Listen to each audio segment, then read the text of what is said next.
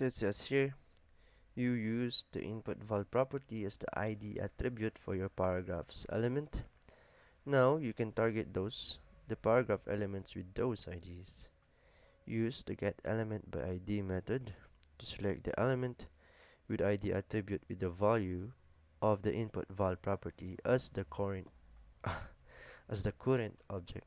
So we all know that the current object has been defined as the obj, and then we have to set the property, which is in our case is the input val, assign it to a document, and then interpolated with the method called getElementById, which by its name to get the element by ID.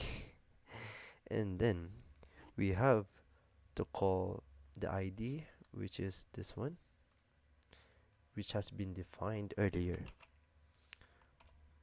Okay. Oops.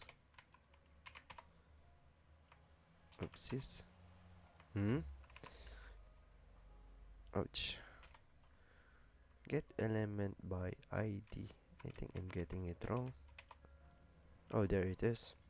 So what it does, to what I understand, is that there